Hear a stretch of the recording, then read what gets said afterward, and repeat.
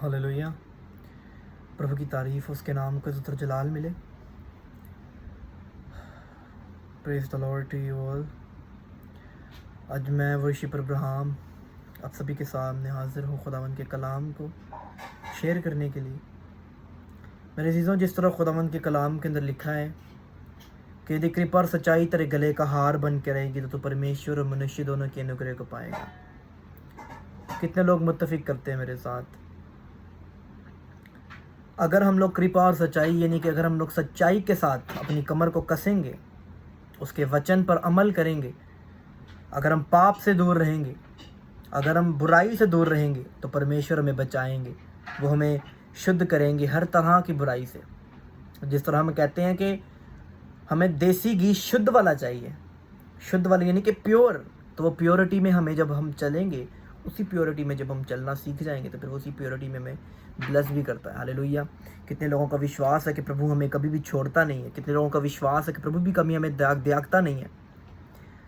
हम कभी कभार छोड़ जाते हैं अपने परमेश्वर को दुनिया की चीज़ों के पीछे, दुनियावी बातों के पीछे, लेकिन परमेश्वर हमें कभी छोड़ते नहीं है। उसके वचन के अंदर लिखा है,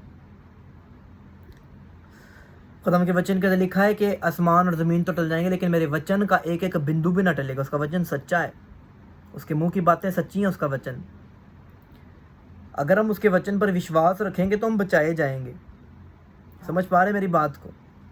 अगर हम विश्वास ही नहीं रखेंगे उसके वचन की बातों पर, अगर हम उसे एक किताब की तरह समझेंगे, परमेश्वर कहता है विश्वास रखो, विश्वास, ईमान, बिलीव, फेथ।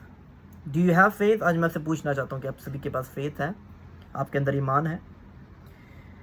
अगर आप ईमान में कमज़ोर हैं तो फिर खुदावन से मांगने से पहले आपको अपने ईमान की मजबूती परखनी पड़ेगी कि आप कितने कमज़ोर हैं या कितने आप ईमान के अंदर बड़े हैं। हालेलुया।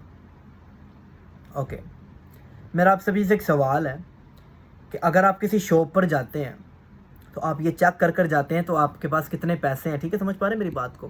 प्लीज़ मेरे साथ कनेक्ट रहिएगा। जब आप किसी शॉप पर जाते हैं तो आप अपने वॉलेट में चेक करते हैं आपके पास कितने पैसे हैं। ठीक है, आप डाउट में नहीं जाते कि मैं शॉप पर जा रहा हूँ, चलो अगर मेरे पास इतने पैसे हुए। अगर आपको एक चीज़ खरीदनी है, आप ये नहीं सोच कर जाते कि चलो मैं देखूंगा अगर मेरे पास पैसे हुए तो मैं ले लूँगा। अगर आपको एक चीज़ खरीदनी है, पहले से अपने वॉलेट में से पैसे चेक करके जाएंगे। इसी तरह जब आपको खुदावन से हीलिंग चाहिए तो पहले आपको अपने ईमान को चेक करना है। अगर आपके पास ईमान नहीं है, अगर आप शॉप पर गए, आपके पास पैसे नहीं है, आप फिर शॉपकीपर को ब्लेम नहीं कर सकते कि तूने मुझे ये चीज़ क्यों नहीं दी, तूने मुझे वो चीज़ क्यों नहीं दी। समझ पा रहे मेरी बात को? अगर आपको शॉपकीपर से कोई चीज़ लेनी है तो आपके पास उतने इनफ पैसे होने चाहिए उस चीज़ को लेने के लिए। अगर आपको खुदावन से कुछ चाहिए तो आपके पास इनफ फेथ होना चाहिए, क्योंकि खुदावन के वचन के अंदर लिखा है कि यदि तू ईमान से, विश्वास से इस पहाड़ से कहे कि उखड़ जा और समुद्र में जा गिर, तो क्या खुदावन के वचन के अंदर लिखा है कि वो हो जाएगा। जो कुछ तुम विश्वास से कहोगे वो हो जाएगा। हालेलुया। लेकिन फ़र्क सिर्फ इतना है कि आज हमारे विश्वास के कारण हम कुछ चीज़ों को नहीं ले पाते। ईमान की कमज़ोरी के कारण आज हम कुछ चीज़ों को जो है अपनी ज़िंदगी से दूर कर देते हैं, वो दूर हो जाती हैं।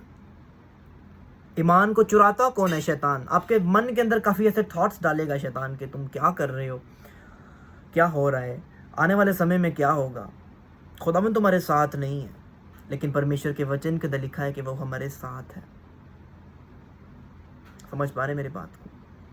उसने हमारी नींव रखी। उसके वचन के अंदर लिखा है परमेश्वर के कि उसने हमारी जो छवि है वो अपनी हथेलियों पर खोद रखी है। इतना प्रेम करता है वो हमसे, उसने क्रूज पर अपना लहू बहाया, उसने क्रूज पर अपनी जान दी। बदले में वो हमसे क्या मांगता है? कुछ भी नहीं। अगर आज हम किसी के लिए कुछ कर दें, कुछ भी, अगर हम किसी को थोड़ा सा पानी पिला दें तो हम उसको जिताने लग जाते हैं। समझ पा रहे मेरी बात को? लेकिन ये मैं आपको एक सच बात बता रहा हूँ, लेकिन परमेश्वर ने हमें कभी जिताया नहीं। हम पापी, हम गुनाहगार, हम गुनाह करते हैं, लेकिन परमेश्वर फिर हमें गले से लगाता है। जिस तरह एक माँ होती है, अगर उसका बेटा कितना भी कीचड़ के अंदर खेल कर क्यों ना आया, वो अपने बेटे को ये नहीं कहती जा पहला बारों साफ हो गया, और कभी भी इंज नहीं कहणगे, बल्कि कहते इधर आ मेरे पुत, मैं तेनों साफ करा, मैं तेनों चंगा करा, मैं तेनों नहावा, मैं तेनों साफ करा। फिर वो हमें अच्छे से नहलाती हैं, परफ्यूम वगैरह लगा के हमारे बालों को एकदम सेट करती हैं। उसी तरह हमारा परमेश्वर है। जब हम गुनाहों के दलदल में फंसे होते हैं वो हमें बुलाता है, कहता है दा पुत मैं तेन सांप बनावा, मैं तेरा आसमानी, मैं तेरा स्वर्गीय पिता हाँ। परमेश्वर हमें बताता है कि तुमने ये करना है, तूने ये नहीं करना, तूने पाप में नहीं जाना, तूने पवित्रताई वाला जीवन गुजारना है। तो फिर वो हमें धोता है अपने लहू से, वचन की नींव हमारे दिल में रखता है। समझ पा रहे मेरी बात को? आज ज़रूरी है हमारे लिए कि हम उस खुदावंद की अहमियत को अपनी ज़िंदगी के अंदर समझ पाएँ कि वो खुदावंद कितना महान है, उसके वचन की अहमियत को समझ पाएँ, और फिर वो हमें और ज़्यादा ब्लेस करेगा जितना अभी तक करता आ रहा है। God bless you all. खुदावंद आप सभी को बरकत दे।